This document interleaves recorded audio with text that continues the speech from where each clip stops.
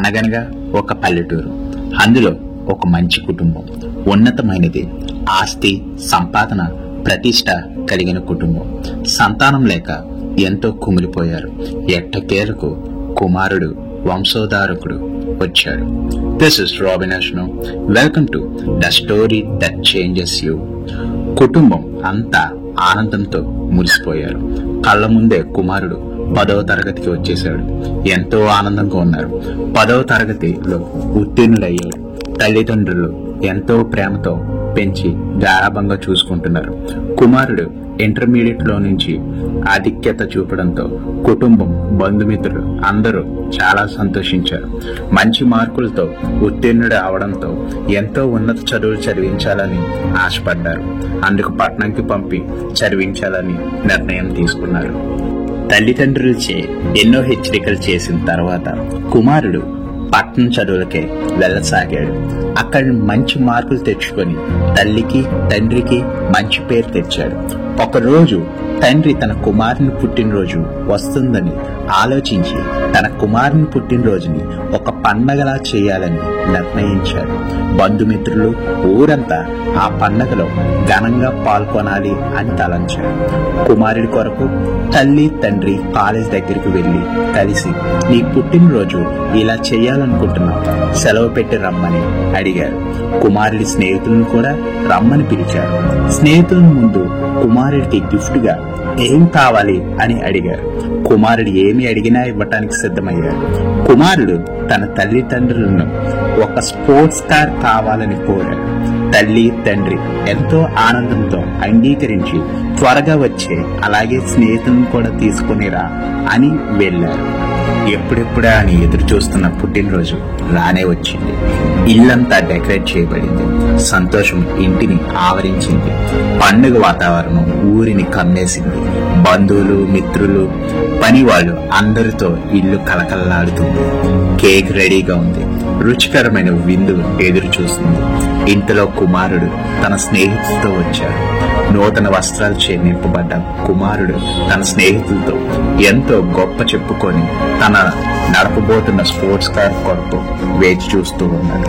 Cake cut చేయించిన కుటుంబంతో ఎంతో ఆతృతతో స్నేహితులు ఎదురు చూస్తున్నారు, కారు ఎప్పుడు చూపిస్తారా అని. ఇంతలో తల్లి ఒక బహుమతి చేసిన బాక్స్ తీసుకొచ్చి కుమారుడు ఆతృతలో విప్పి చూస్తే అందులో ఒక మత గ్రంథం ఉంది. కార్ కీస్ ఉంటాయని వేచి చూసిన కుమారుడికి మత గ్రంథం కనబడటంతో కోపం, ఆవేశం రగులుకున్నాయి. వెంటనే ఆ బాక్స్ ని కింద పడేసి స్నేహితుల ముందు జరిగిన అవమానానికి సహించలేని కుమారుడు ఇంటిని వదిలి దూరంగా వెళ్ళిపోయాడు. కొన్ని సంవత్సరాల తర్వాత కుమారుడు పేపర్లో ఒక ప్రకటన చూశాడు. ఆ ప్రకటనలో, కుమారుడా, నీవు ఎక్కడ ఉన్నా మన ఇంటికి రా, నీ కొరకు మేము వేచి చూస్తున్నాం అని కుమారుడు ఫోటో వేసి ఉంది. మనసు మారిన కుమారుడు తన కోసం ఎదురు చూస్తున్నారా అని తన ఊరికి బయలుదేరాడు. ఊరికి వచ్చి తన ఇంటికి చేరసాగాడు. అమ్మ నాన్నని ఎలా ఎదుర్కోవాలి అనే ఒక కలత మనసులో ఏర్పడింది. ఇంటి దగ్గర ఆగి ఇంటి లోపలికి రాగానే తన పుట్టినరోజున తన ఇంటిలో చేసిన డెకరేషన్ అలానే ఉంది. కిందకి పడిపోయిన కేక్, ఇల్లంతా బూజు పట్టి ఉంది. కుమారుడికి ఏమైందో ఏమీ అంతు చిక్కలేదు. ఇల్లు చూస్తుండగా తనకిచ్చిన బహుమతి కింద పడి ఉంది. బాక్స్ తీసుకున్నాడు. ఆ గ్రంథం బాక్స్ నుంచి తీయగానే దాని క్రింద కార్ కీస్ మరియు ఒక ఉత్తరం ఉంది. కంగారుగా ఉత్తరం తెరిచి చూశాడు. అందులో, కుమారుడా, చిన్నప్పటి నుంచి నీవు మా జీవితం, నీవే మాకు అన్ని, నిన్ను చూసుకునే బ్రతుకుతుంది. నీవు మరిన్ని విజయాలు సాధించి ఉన్నత స్థానాలు చేరాలి. నీవు కోరుకున్న స్పోర్ట్స్ కార్ నీ పుట్టినరోజుకి కానుకగా ఇస్తున్నావు అని అందులో ఉంది. ఉత్తరం చదివిన కుమారుని కంటి నుంచి కన్నీరు కారుతూ వచ్చింది. ఇంతలో ఒక పనివాడు వచ్చి మీ నాన్నగారు ఇవ్వమన్నారని దస్తావేజులు ఇచ్చాడు. ఆస్తి మొత్తం తన కుమారుని పేరు మీద రాసి ఉన్నది. తండ్రి తల్లి కోసం వెతకసాగాడు. కాని పనివాడు, మీరు ఎప్పుడైతే ఇంటి నుంచి వెళ్లారో ఆ క్షణాన్నే మీ అమ్మగారు గుండెపోటుతో మరణించారని తెలిపాడు. దిగులుతో కొన్ని సంవత్సరాలు మీ నాన్నగారు మీకోసం వెతికి ఆయన కూడా కాలం చేశారు అని బాధపడ్డాడు. గుండె పగిలిన కుమారుడు కన్నీరు మున్నీరు అయ్యాడు.